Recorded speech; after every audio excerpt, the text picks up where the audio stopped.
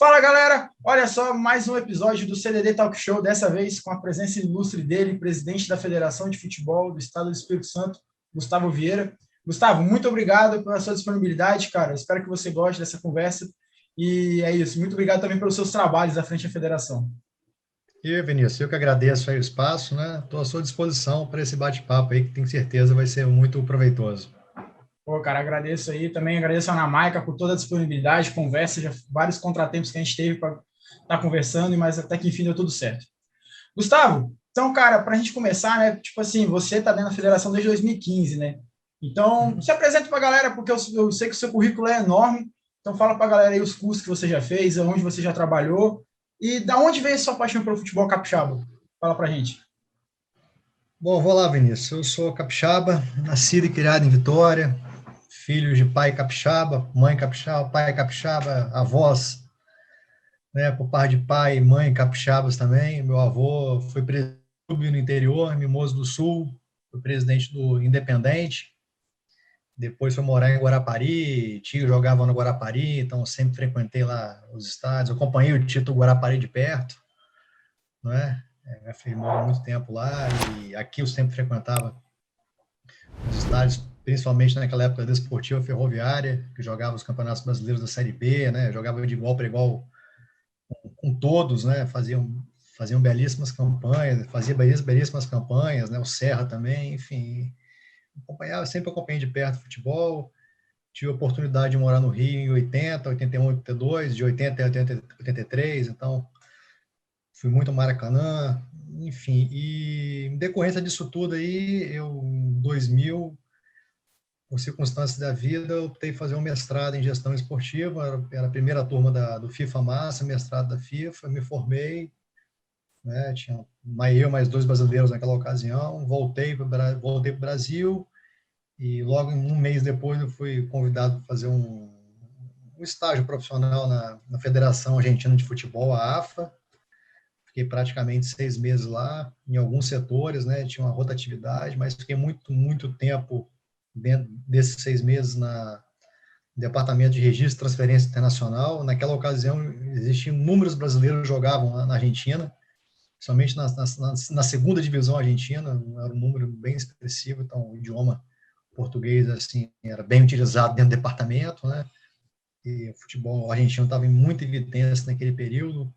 A Argentina lá atrás, né, estava com economia muito forte, tinha eu participei também do fechamento do Mundial Sub-20, participei da operação do fechamento do Mundial Sub-20, e a Argentina naquele período era a meca do futebol sul-americano, naquele período de ouro do Boca Juniors, ganhava tudo, enfim.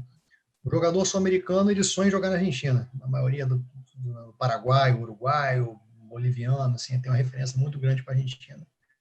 Mais recentemente com o Brasil. Mas, enfim, aí voltei para o Brasil novamente.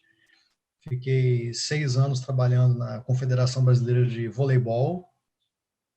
Participei de vários projetos lá. Fui depois designado para ser o secretário executivo da Sul-Americana de Voleibol também, né? Então participei de Sul-Americano, enfim. Fui convidado pelo então presidente Marcos Vicente para ser um dos vices, né? Vice não eleito, mas vice-convidado, e me colocaram a missão de primeiramente organizar um campeonato nacional, aquela Copa Brasil Sub-17, né? Você se recorda aí? Então Sim, claro.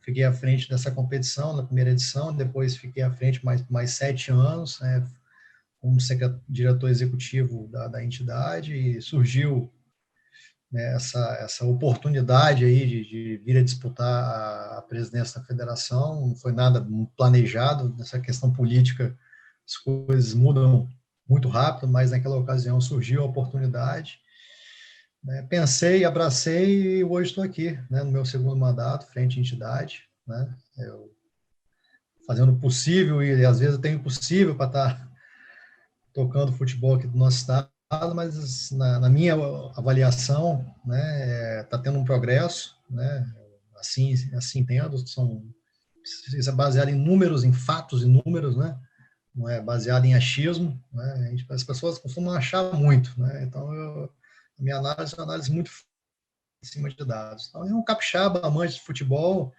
e está tendo a oportunidade dirigir a entidade do seu próprio estado, com muita honra. Para mim é um desafio muito interessante, é o maior desafio da minha vida, assim, uma pressão muito grande, mas tenho aprendido muito, né? É isso, cara. Pô, muito bacana. Você falou em progresso. A gente está às vésperas do jogo da Copa do Brasil, né? A gente está gravando na terça-feira, o Rio Branco joga amanhã contra o Sampaio Corrêa pela Copa do Brasil. E esse ano, em 2021, o Espírito Santo voltou a ter 2 vagas na Copa do Brasil. O quanto é importante essa conquista para o seu trabalho? Como você recebeu essa notícia? Como é que foi para você essa questão de avançarmos um degrau no ranking de federações?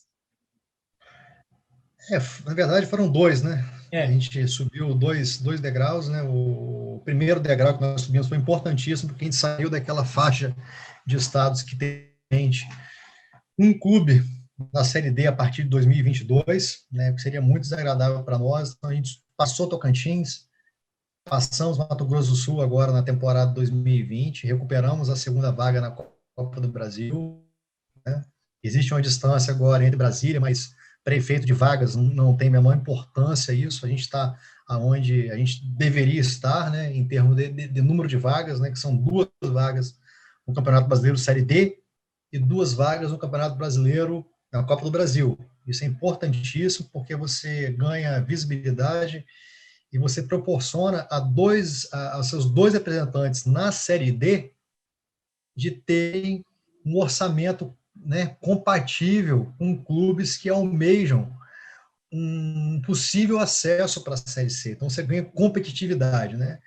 Hoje, o futebol é uma disputa de orçamento, né? Não vou dizer que quem tem mais orçamento sempre ganha, mas a probabilidade de você ter uma melhor estrutura, um melhor elenco, uma melhor comissão técnica, uma melhor logística, uma melhor estrutura de fisioterapia é muito maior você com orçamento. Então, você ganha competitividade, que é importantíssimo. Então, hoje nós temos 2 clubes com cotas de primeira fase de Copa do Brasil, né? A Copa do Brasil mudou seu formato, o que aumentou a chance de clubes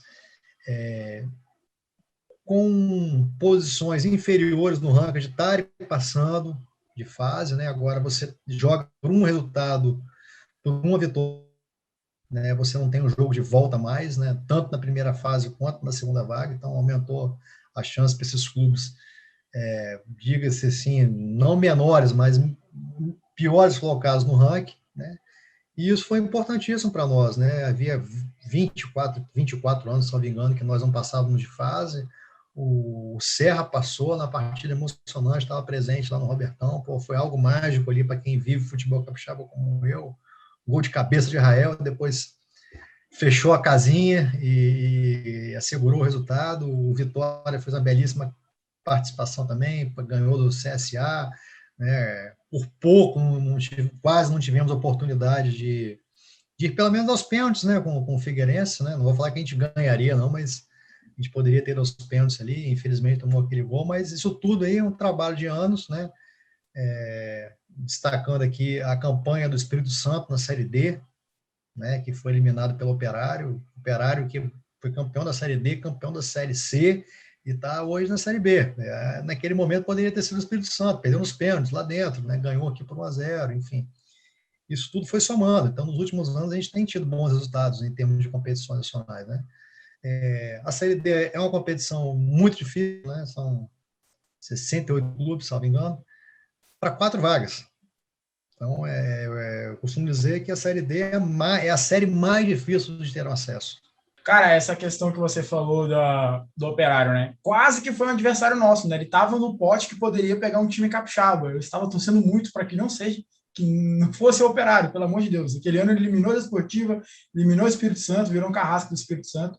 Mas, graças a Deus, a gente está progredindo um passinho de cada vez, pouquinho de pouquinho, mas, pô, já vemos 2 anos bens aí na Copa do Brasil, né? Quase passando ali os pênaltis. São bastante coisa boa vindo, cara. Tivemos uma boa participação do Vitória também, como contra o Ituano. Infelizmente, teve aquela eliminação traumática lá, por um erro de arbitragem, enfim. Tem tudo isso. Coisas do futebol acontecem, né? O futebol tem essa questão do imponderável, né? Algumas pessoas criticam o VAR, mas se tivesse VAR naquela ocasião ali, não teria.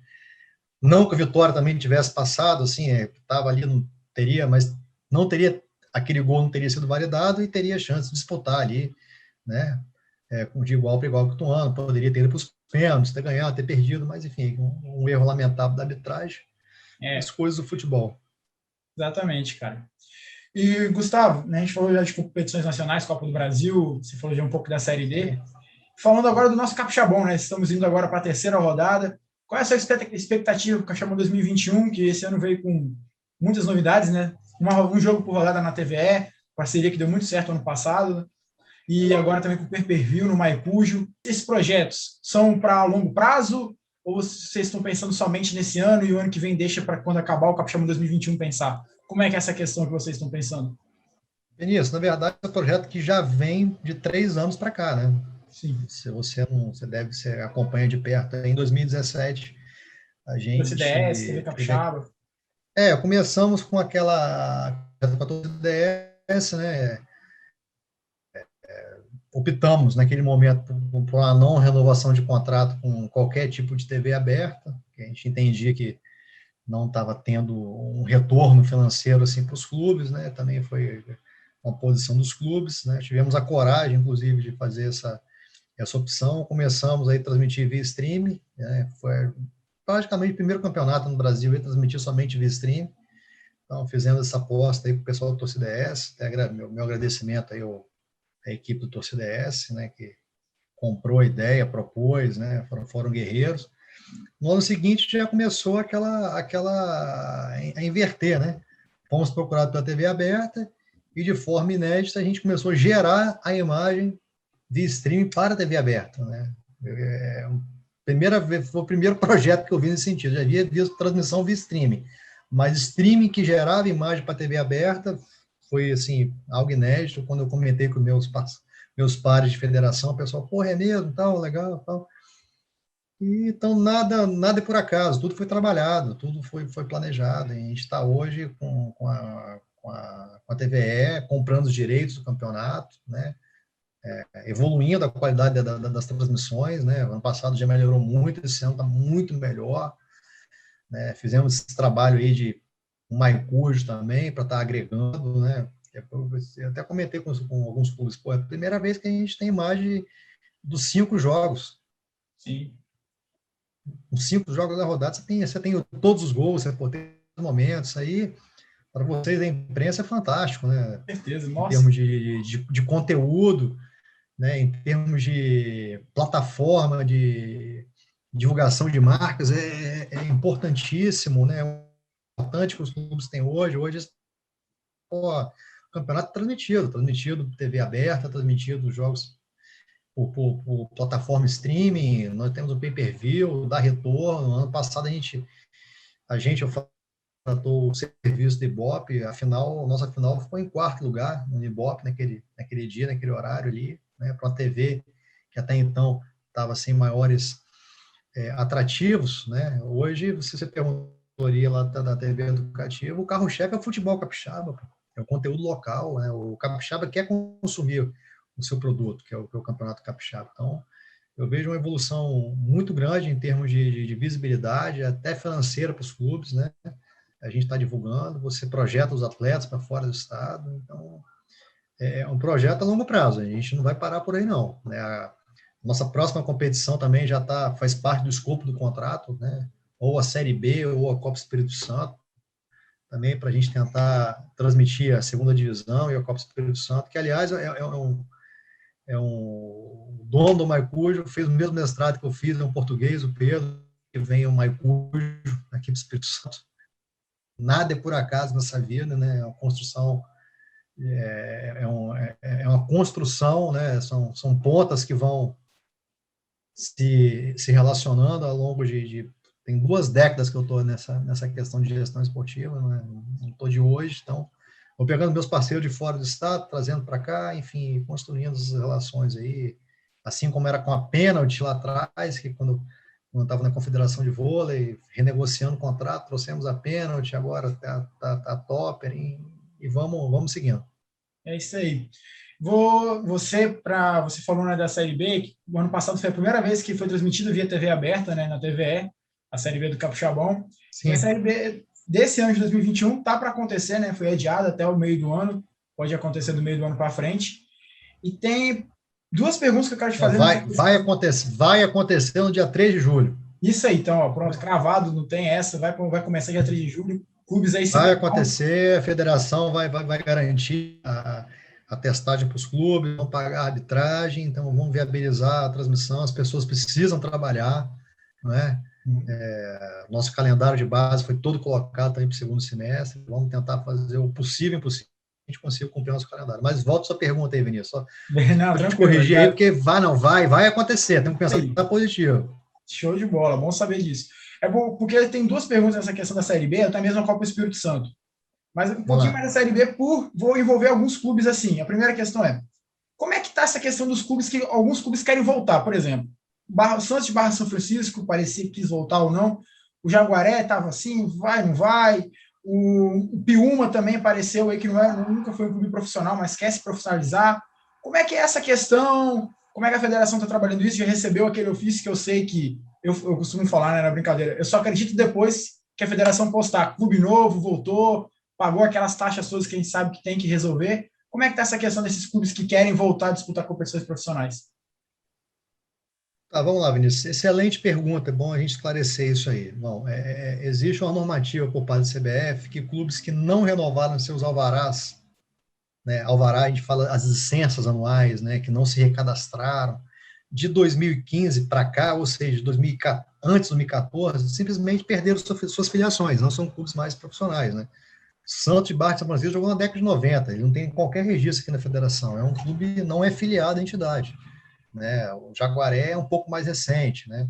Tem clubes aí que você vê, o Castelense perdeu a filiação dele lá, agora está tendo que pagar uma taxa na CBF, então tem clubes que tem que fazer, e tem novos clubes surgindo, né? A gente fomos procurados por alguns, a gente vai estar oficializando isso daqui a pouco. O Piuma já teve na federação recentemente, já sabe, já levou documento, enfim. O Jaguaré, a gente conversou muito lá com a equipe, depois não deram andamento, não deram andamento. O Santos São Francisco começou a conversa, mas acredito que ficou para o próximo ano, né? E eu faço um trabalho muito de conscientização, eu sou muito pé no chão, eu falo assim, gente, fiz um jogo amador primeiro ano, vê se é isso mesmo que vocês querem, é muita responsabilidade ter um clube profissional, rodem o projeto, né?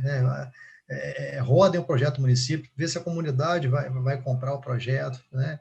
Testem o produto, né? Porque é muita responsabilidade. Você tem um time hoje, pô, são vários encargos, você está empregando pessoas, será isso mesmo que o município tem estrutura para ter um time profissional, aquele grupo empresarial tem, então você tem uma taxa a ser paga na federação que é basicamente uma barreira ali positiva para a pessoa parar e pensar, olha, eu tenho que fazer investimentos, aqui não é brincadeira, isso aqui é um clube profissional, então tem essa questão, mas tem clubes que filiaram recentemente. O Aster tem 2 anos de filiação, já iria jogar no passado, vai estar jogando.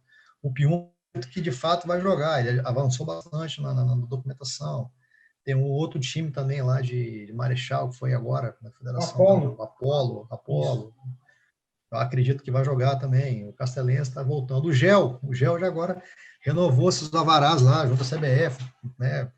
Teve agora comigo na sexta-feira, teve na federação, já pagou tudo. Então, eu não vou cravar isso não, mas vai ser uma Série B aí com um número de participantes inédita. Pelo menos, nunca tanta gente querendo participar. E outros clubes que podem ainda vir a participar aí. Poderíamos ter surpresa essa semana aí, mas tem um número elevado de o que é bom para o futebol capixaba.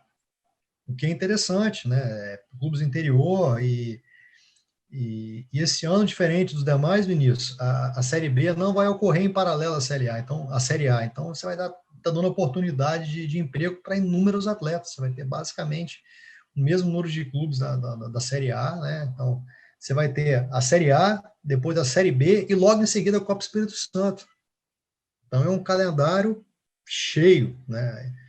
A gente alterou a data da Copa Espírito Santo, né, apostando na possibilidade de público no final de setembro, que na nossa visão, de fato, seria muito arriscado você ter uma competição logo em seguida da outra, em termos basicamente financeiro para os clubes, né, porque a gente já sabe que não terá público no primeiro semestre, né, Não dá para ficar cogitando isso mais, conjecturando que vai ter, né? Tem muito especialista de Covid de plantão aí, né? Todo mundo vai lá, isso. Exatamente.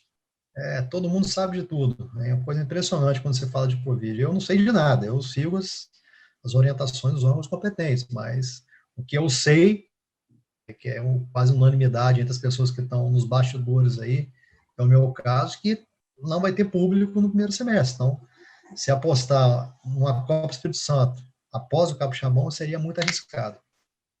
A minha internet está vacilando comigo aqui para a questão da. É a chuva, Linhares, é a chuva. É a chuva, é a chuva. Tá chovendo pra caramba desde ontem e tal. Mas, Gustavo, bom saber disso, porque, tipo, a gente já teve Série B uns tempos atrás com 5 clubes. Então, tipo, eu via que a questão tava, tipo, meu medo era que ia reduzindo cada vez mais. Mas não, ao contrário, tá aumentando cada vez mais. Isso é muito positivo. E bom saber que tem pessoas... Tem muito empresário de fora vindo para o estado. Sim, verdade, bem observado. Entendeu? As pessoas começaram a enxergar o Espírito Santo como uma boa oportunidade de investimento, que é bom. Movimenta a economia, novas pessoas chegando para estar aportando, para estar investindo no futebol capixaba, dar uma mexida. É muito interessante esse movimento que está ocorrendo. Show. E como você falou, né, a federação trabalha com o pé no chão, isso é muito importante. Não é se filiar a qualquer custo. Não, você já tem certeza? Você falou, trabalho amador, vê se... Não, eu não tenho interesse, eu digo federação, não tenho interesse em estar afiliando um projeto que a gente sabe que não tem viabilidade econômica nenhuma. Só vai trazer prejuízo para o futebol capixaba. Então, tem capacidade, que tem um estádio, não precisa, eu não estou exigindo que o clube tenha um estádio próprio, né, mas que ele tenha a sessão ali de pelo menos um ano de uma praça esportiva, né, senão o cara, aí entrou, não tem onde jogar, presidente. Aquele velho ditado aqui que tem a culpa da federação, né? O salário do jogador atrás, porque é a federação, aquela cultura que se criou aqui no estado, né? Mas, enfim, a gente carrega esse fardo aí e vão tocando, mas responsável, a gente está tendo muito critério nessa questão de filiação. Show, muito bacana, cara. E o segundo ponto, falando sobre Série B, e também já emendando para a Copa Espírito Santo, é que você até falou um pouco aqui atrás sobre a questão de as outras competições esse ano, né, Série B e Copa S, terem a transmissão.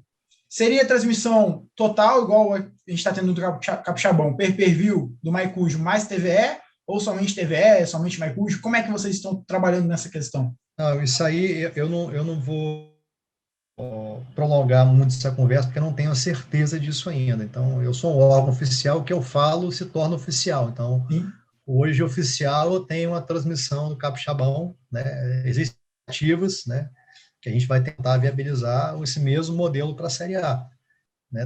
O mesmo modelo da Série A ser replicado principalmente na Copa Espírito Santo. E tentando também a Série B, porque é importante, tal, não tem público, né? Então, além da visibilidade, Vinícius, o que está sendo um grande ganho, assim, eu digo internamente para nós da federação, né, porque a gente está criando um acervo técnico de análise de arbitragem. Com certeza, verdade. Nunca tinha pensado para pensar por esse lado. Não, para nós é muito... Não estou falando assim, porque errou, deixou de errar, não. Eu estou falando em termos de oportunidade de melhoria. Agora, trouxemos o Marcos André, que foi um árbitro CBF, experimentado, ele está atuando de forma muito ativa na questão do VAR, nos campeonatos nacionais. Toda semana ele está escalado, aí você pode perceber isso aí. Ele está no VAR, então ele se especializou nessa análise de vídeo, então ele veio para a nossa vice-presidência, ele está numa função muito interessante, que antes de cada rodada, ele faz um briefing com os árbitros escalados, jogo tal, vai ser assim, vai ser assado, e após a cada rodada, ele dá um retorno individual para cada árbitro. Cara, você foi bem, tal, mas seu posicionamento foi ruim, tal, tem que melhorar isso, aquilo, essa jogada você errou, e tal. E contra você apresentando imagens, não tem aquele gente falou, não sei quem falou, não, a imagem está ali para a gente analisar, para tentar melhorar. Acho que foi um ganho muito, muito positivo para nós, o futebol capixaba, essa questão das transmissões, além da visibilidade, tem essa questão também, entendeu? Sim. E a gente vai tentar replicar esse modelo para as competições aí, né, para a Série B e para a Copa Espírito Santo. Bacana. É um olhar, né, da transmissão que eu não tinha percebido. Você me abriu os olhos agora para isso. Que como é que é uma questão que todo mundo ganha, visibilidade, o time ganha com patrocínio sendo visto, aquela questão toda, e até a arbitragem, que vai poder olhar, ver os erros, como você falou. Muito bacana isso, cara. Não tinha pensado para pensar. Né? Estou. Então, apostando nesse pay-per-view, né, Vinícius? A Com gente sabe que certeza. no primeiro momento. Estão apostando no pay-per-view. A gente sabe que no primeiro momento não terá maiores retornos assim, em termos financeiros para os clubes, né, diretamente, mas também não tem nenhuma despesa, né? Muito pelo contrário, vai ter algum ganho. Mas tem que apostar, pô, tem que testar o produto, né? Temos que testar, né? De repente, esse ano não vai ter um valor assim tão significativo, mas para o próximo é essa cultura. As pessoas estão começando a conhecer o produto, né? Temos que colocar no ar, temos que testar, temos que inovar cada vez mais. Com certeza. Eu posso até dizer que é uma palavra da sua gestão, porque, consequentemente, o tempo que você está na federação é o tempo que eu acompanho o futebol capixaba, 2015 para frente. Então, você sempre vem trazendo essa questão, trouxe o pay-per-view do Maicuja agora, mas desde antes vem trazendo. Eu lembro quando o Capixabão foi patrocinado pelos Correios, a Copa S pela Caixa, se eu não me engano. Caixa econômica. Se eu não me engano, teve também a questão a federação teve com o Ministério do Esporte, aquele certificado de indicação, alguma coisa assim, se eu não me engano, você que É, conquistou que, também. o que a gente tem na federação é um certificado que emitido pela. Hoje é o Ministério da Cidadania, né? Que o Ministério do Esporte não existe mais. Aí você tem uma Sim, secretaria lá dentro, que é a Secretaria Nacional do Futebol, que é em defesa do consumidor, que qualquer entidade que pleiteie captação de recurso público tem que ter esse certificado. Nós fomos a pioneira nisso em termos de federação de futebol. A Federação Paulista, após nós, também conseguiu o certificado. Só que somente nós, aqui do Espírito Santo, de fato, conseguimos utilizar esse certificado para a captação de recursos. Né? Nós somos a única federação que conseguiu patrocínio do Correios. Ela foi aberta para as 27 federações. A federação aqui foi a única que conquistou, e foi acho que o maior patrocínio que já teve do Campeonato Capixaba, em termos de valor, assim, de um aporte financeiro, né? olha só. E Capixabão Sedex, em termos de um patrocínio único, assim, entendeu? Uhum. E, além disso, aí a gente partiu para essa estratégia de captação de emendas federais, a gente consegue executar diretamente, sem passar pelo governo do Estado, que nos ajuda bastante, ajuda os clubes em. Este ano, o nosso sub-20, né, a arbitragem toda e as bolas serão todas custeadas com recurso captado pela federação através de emenda federal. Olha só. Assim ocorrerá com o sub-15, sub-17, sub-11, 13, feminino, enfim. Isso é fomento, né? Esse é um fomento do futebol. Né? Então, antes disso, Vinícius, você tinha campeonato aí de sub-15, sub-17, que tinha 4 clubes, 6 clubes. Depois que a federação, desde 2015, que a nossa gestão está à frente aí, você ter todo ano 12, 13, 14, 16 clubes querendo participar dos campeonatos.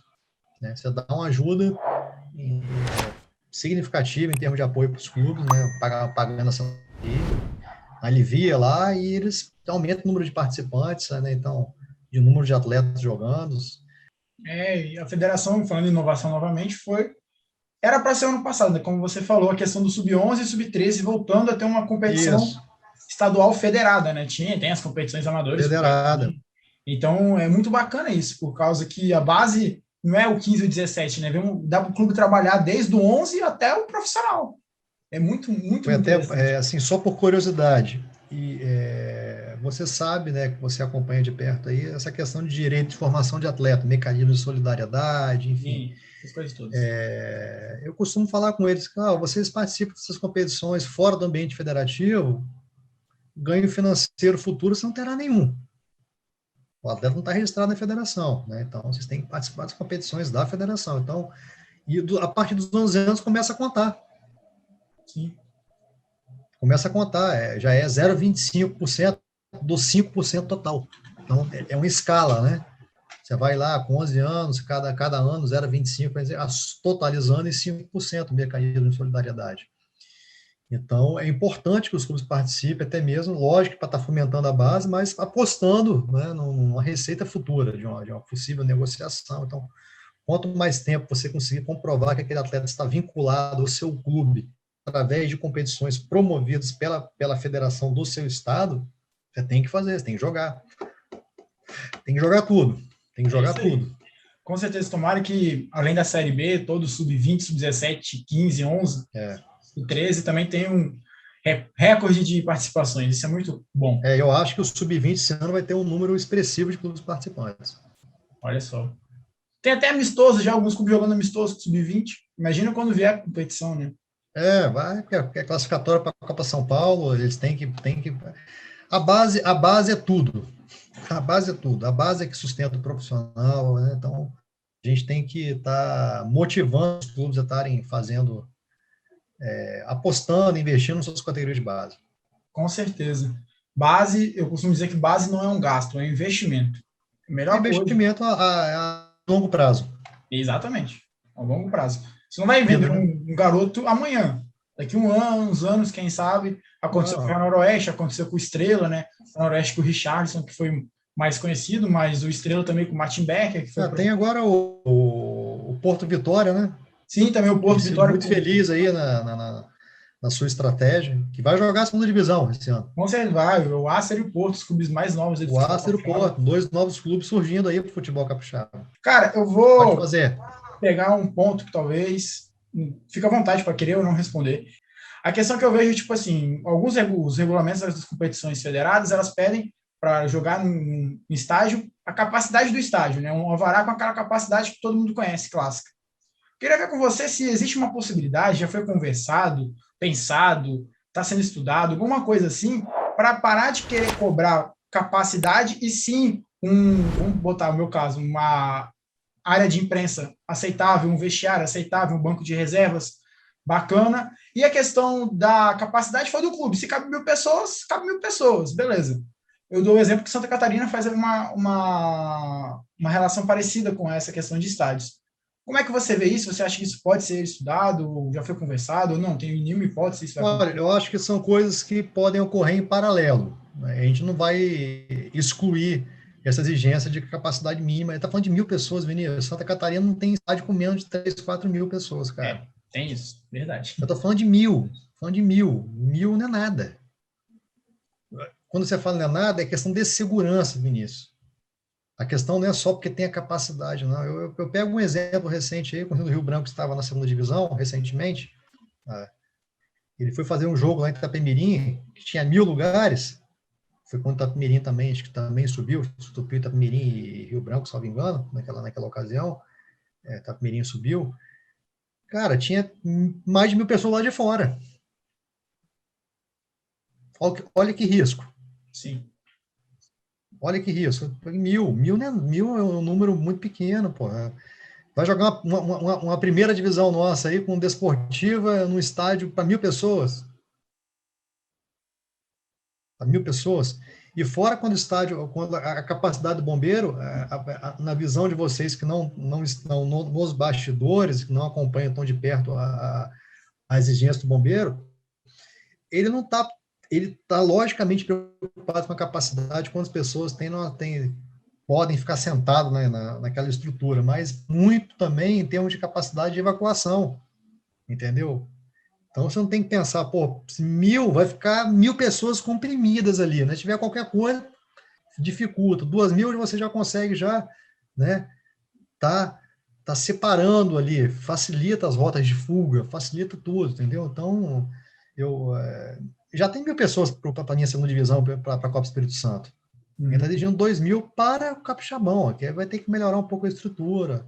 Agora, tudo é uma coisa que tem que ser muito bem dentro da realidade financeira dos nossos filiados, né? Não adianta eu fazer um caderno de encargos que depois não vai conseguir ser aplicado, né? Não adianta. Não adianta você colocar, vai colocar, aí você inviabiliza a participação de inúmeros clubes, de inúmeros estádios, né? Ano passado, esse ano a gente já flexibilizou já, ó, agora a final pode ser em qualquer estádio, porque não tem público, né? Mas permanece a exigência de 2.000 lugares no estádio, que o clube que subiu da segunda divisão já estava avisado em regulamento que ele teria que ter um estádio para 2.000, então eu estaria infringindo o regulamento da Série B e da Série A. Não é uma Entendi. questão tão simples, não. Sim, é por isso que eu falo, porque eu converso de bastidor, né? Então, com você que é como você falou, né, Aí, na verdade, tem essa briga por conta de um clube que não está conseguindo cumprir o regulamento, e os outros 9 que conseguiram, que fizeram investimento, que estão ali e tal. Essas também, né?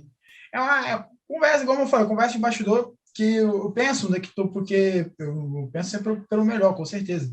Mas você falando, tem realmente essa questão que eu também não tinha me atentado, que é a questão de evacuamento. Se você botar cabe 1.000 pessoas? Cabe, mas e para sair essas 1.000 Sim, pessoas? vai ficar 1.000 pessoas comprimidas. Aí Exato. acontece qualquer coisa, como que vai sair esses 1.000, vai sair mesmo. E aí, a 2.000 você já consegue diluir ali, já fica um pouquinho aqui, um pouquinho ali e tal. Você cria mais segurança para o ambiente. Entendeu? Sim, Infelizmente, desastres, né, incidentes podem ocorrer. sim. Graças a Deus que recentemente no futebol capixaba não tem Não, acontecido. graças a Deus não. Tanto é que a gente não autoriza aqui. Outra coisa que era que os clubes insistem, mas pelo menos enquanto estiver lá, tem para resguardar eles também juridicamente, é a questão da arquibancada metálica. Sim. Eu trabalhei 6 anos na Confederação de Vôlei, eu acompanhei de perto montagem de arquibancada metálica. O maior evento que tem de arquibancada metálica do Brasil chama Circuito Brasil Banco de Vôlei. Todo mês você monta uma estrutura gigante. Eu sei que é aquilo. Uma coisa é você montar uma estrutura para um evento de um final de semana, outra coisa é colocar uma estrutura metálica para ficar 6 meses parada ali, com sol, com chuva, né? E aí, quem vai se responsabilizar com isso? Acontece qualquer coisa e quem for responsável? Né? Tudo tem seus prós e contras e tudo tem a consequência. Exatamente. Você visa a qualidade do torcedor. Isso é uma questão que... É segurança. Segurança e também a viabilidade do clube. Segurança. É segurança. A vida humana não tem preço. Com certeza. A vida humana não tem preço. Show. Uma dúvida esclarecida agora. Fico muito feliz, porque eu já queria te fazer essa pergunta há muito tempo. Hoje vai ser o dia. Chegou o dia, graças a Deus. A gente não foge de pergunta. Cara, eu lembro que, nossa, um dia eu tenho que falar com o Gustavo sobre isso e, graças a Deus, aconteceu esse momento. Gustavo, a gente estava falando, né, recentemente que você chegou a levar a questão, trouxe os Correios, né, Capixabão Sedex aquela vez, também teve a Caixa Econômica. Como é que é para você, presidente da federação, vender o futebol capixaba para quem é de fora? Quais foram as dificuldades? O que você já encontrou? O que você já ouviu? Não sei se você vai poder falar, claro, né? Se é com você, mas como é que é essa questão de vender o futebol capixaba? Olha, primeiro que eu só falo dos pontos positivos, né? Tá certo? Obviamente, eu não vou falar mal da minha terra em hipótese alguma, né? Eu vou falar muito menos, vou falar mal do produto que eu represento, né? Então, eu tenho um discurso, eu tenho um planejamento dentro da minha cabeça. Quando eu quero trazer, agora, quinta e sexta, vai vir um possível investidor aqui. Então, há um mês atrás ele veio aqui, ele estava optando por um estado ou outro, e eu vim falando, olha, no estado que você está querendo, você vai ter uma vaga só. Aqui você vai estar disputando 2 vagas. Aqui é um caminho curto para chegar nas competições nacionais. Enfim, a gente vai todo com discurso, tal. Agora tem visibilidade, agora tem TV aberta, tem Maicujo, tal. É um estado promissor no futebol. E, de fato, eu acredito nisso, né? Não estou falando isso como um discurso político, estou falando no bom sentido, né? Eu sou um agente político também, né? Porque eu represento a entidade. Mas, de fato, eu acredito que o Espírito Santo é um excelente local para investimento no futebol. Você tem um calendário muito interessante em termos de competições estaduais, diferente de outros estados, que tem a Série A e a Série B e ponto, acabou. Aqui você tem a Série A, a Série B e tem a Copa Espírito Santo. Você tem um calendário de competições de base durante o ano todo. Você tem a Copa Espírito Santo estadual, sub-15, sub-17. Segundo semestre tem a Copa Espírito Santo, sub-15, sub-17. Você tem o Campeonato Sub-20, agora você vai ter o Sub-11, Sub-13. Então, você tem um calendário repleto de competições, né? A federação, a gente custeia, basicamente... É bom você conversar com as pessoas que vêm de fora, né? Pra você ter essa noção. A federação e a arbitragem, basicamente, todas as competições que ela promove. Isso é um diferencial muito grande. Muito grande. Agora, tivemos essa questão da Covid, aí a federação assumiu a operação de testagem de todas as competições. Eu sei porque eu conheço pessoas de outros estados aí que clubes não conseguiram. Teve WO por falta de apresentação de teste de Covid. Não vou ficar falando quem não, mas teve. Entendeu? Tem clube que se matou aí para estar testando seus atletas. Entendeu? A gente assumiu a operação, a gente está falando de novo agora na Série A. Então, a gente olha muito filiado, a gente quer dar o máximo para que tenha uma competição interessante, né? Uma competição. Agora tem premiação também, a nossa Série A. Então, eu vou com todos os argumentos aí que a federação quer, vou com todos os argumentos em termos de captação, né? E uma vantagem competitiva muito grande que a gente enxergou, porque a gente foi atrás do recurso público, né? A gente foi, é um caminho completamente antagônico do futebol. Você ir atrás do recurso público. A gente vislumbrou isso lá atrás e a gente se especializou nisso. A gente foi por um caminho que ninguém quer. Ninguém no futebol quer muito isso, a captação de recurso público. A gente foi exatamente o contrário. Cara, onde tem recurso? Tem recurso aqui no governo federal, no governo estadual, tem recurso de emenda aqui, emenda ali. Então, a gente se especializou muito por esse lado aí também, entendeu? E o patrocínio do SEDEX foi algo muito impactante para nós naquele período, da Caixa Econômica. Foram marcas fortes que vieram para o Estado, foi muito interessante. Né? Aí tem patrocínio da Topper, que foi fornecedora aqui nosso já há alguns anos. A gente tem contratos longos de duração. Então, mas eu acredito sim, de fato, que o Espírito Santo tem um potencial muito grande em termos de futebol, né? Agora, essas 2 vagas na Copa do Brasil se tornou muito interessante para investidores, né? Em termos de ganho de visibilidade, vindo da TV. Então, a gente vem com todos os argumentos aí, né? Você lembra em 2015, logo quando nossa gestão assumiu, só um fato curioso, né? A gente propôs a liberação da cerveja. Né? Nós somos o segundo estado a liberar a cerveja. Teve Bahia e teve aqui, foi todo um trabalho de articulação nossa. E a gente visando o quê? O patrocínio de cerveja. Né? Além do aumento de público, né? Tem até um amigo nosso, um amigo meu que fala que o brasileiro gosta de 3 coisas, né? Que é impressionante. Ele gosta de futebol, gosta de cerveja e gosta de futebol com a cerveja. É isso que o brasileiro gosta. Então, Exatamente. é isso aí. E o aumento de público naquela ocasião. E permanece. Show demais. Agora falta o patrocinador local. Ficou puxão de orelha aí pra galera, né? Falta muito empresariado local, né? Ser um pouco mais bairrista, né? Tá investindo a gente consegue ter marcas de fora e às vezes não consegue com empresas locais. Eu acho que também falta um pouco nisso. A gente já vem dialogando com o governo do estado há algum tempo já vem cobrando isso aí, propondo, levando modelos, que é de fato um projeto de lei de incentivo ao esporte em âmbito estadual, né? Seria um mecanismo de captação de recursos interessantíssimo para clubes, federações, né? Não só o futebol, seria. Então, de fato, é uma fonte de recurso que poderia estar sendo muito bem aplicado pela federação, que se especializou nisso. A gente tem projeto de lei de incentivo também, né? Executamos aí 4. A gente fez 4 anos consecutivos projetos de base com lei de incentivo. Temos agora mais 2 aí, já estão em fase de captação de recursos, mas eu acho que seria uma ferramenta importante para o esporte capixaba, não somente para o futebol capixaba. Sim, com certeza. Teve até agora, tempo atrás, aquela questão da loteria esportiva capixaba, não sei como é que ficou, mas chegou a andar lá na Assembleia. Então, tem alguns pequenos passos para poder ajudar, né? Não, tem.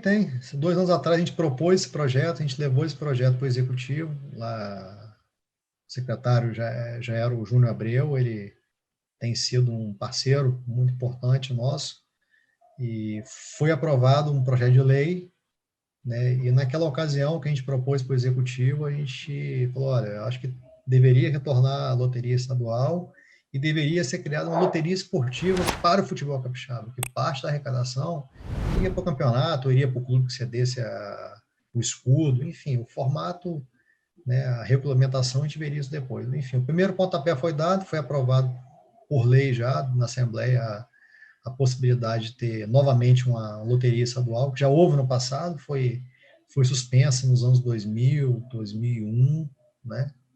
É uma história longa isso aí, não vou entrar nesse meio jurídico não, porque foi suspenso e tal, mas é outra fonte, né? É outra fonte de financiamento para o esporte. Inclusive no texto que foi aprovado, fala até um indicado recurso que for repassado para o Estado, vai ser na cultura e no esporte. Muito bom. Agora esperamos aí a regulamentação e implementação dessa loteria. vai ser... Bom, o primeiro pontapé foi dado. É isso aí.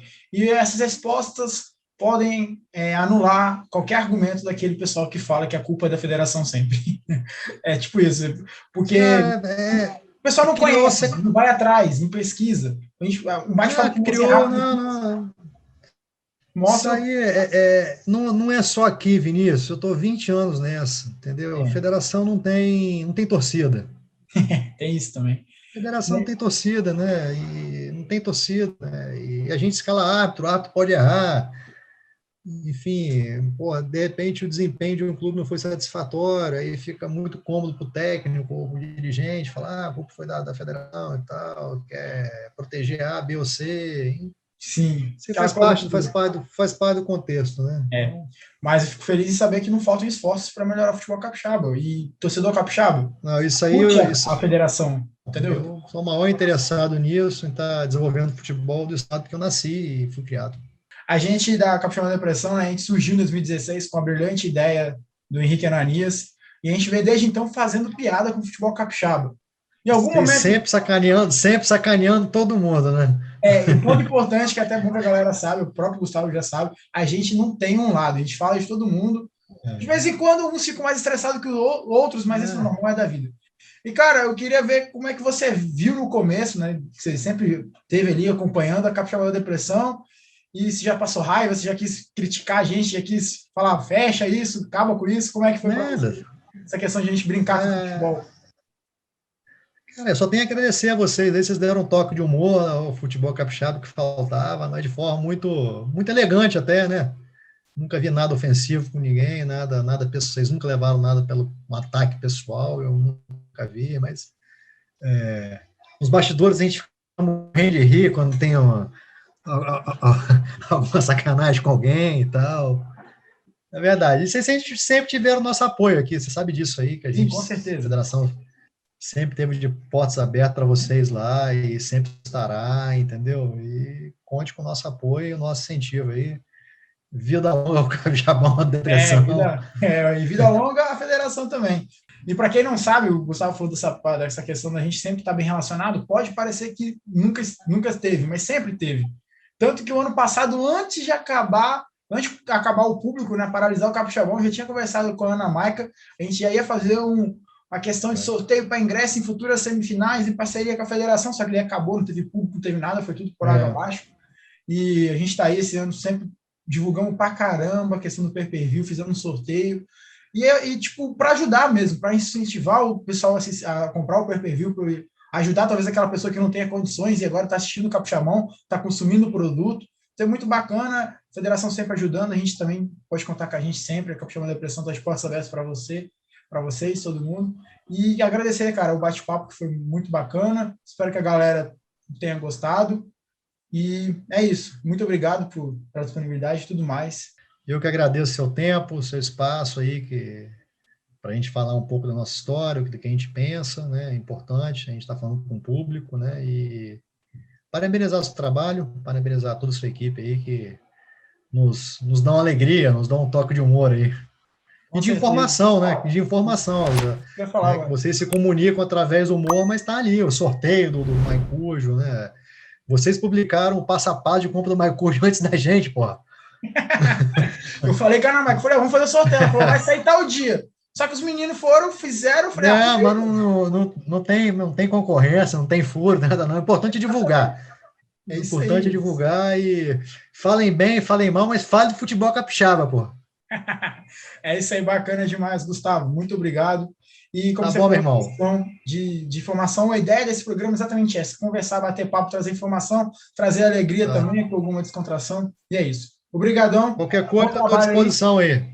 Pode deixar, tá bom? Sabe, valeu. Futuramente. Valeu, Gustavo. Valeu, forte abraço.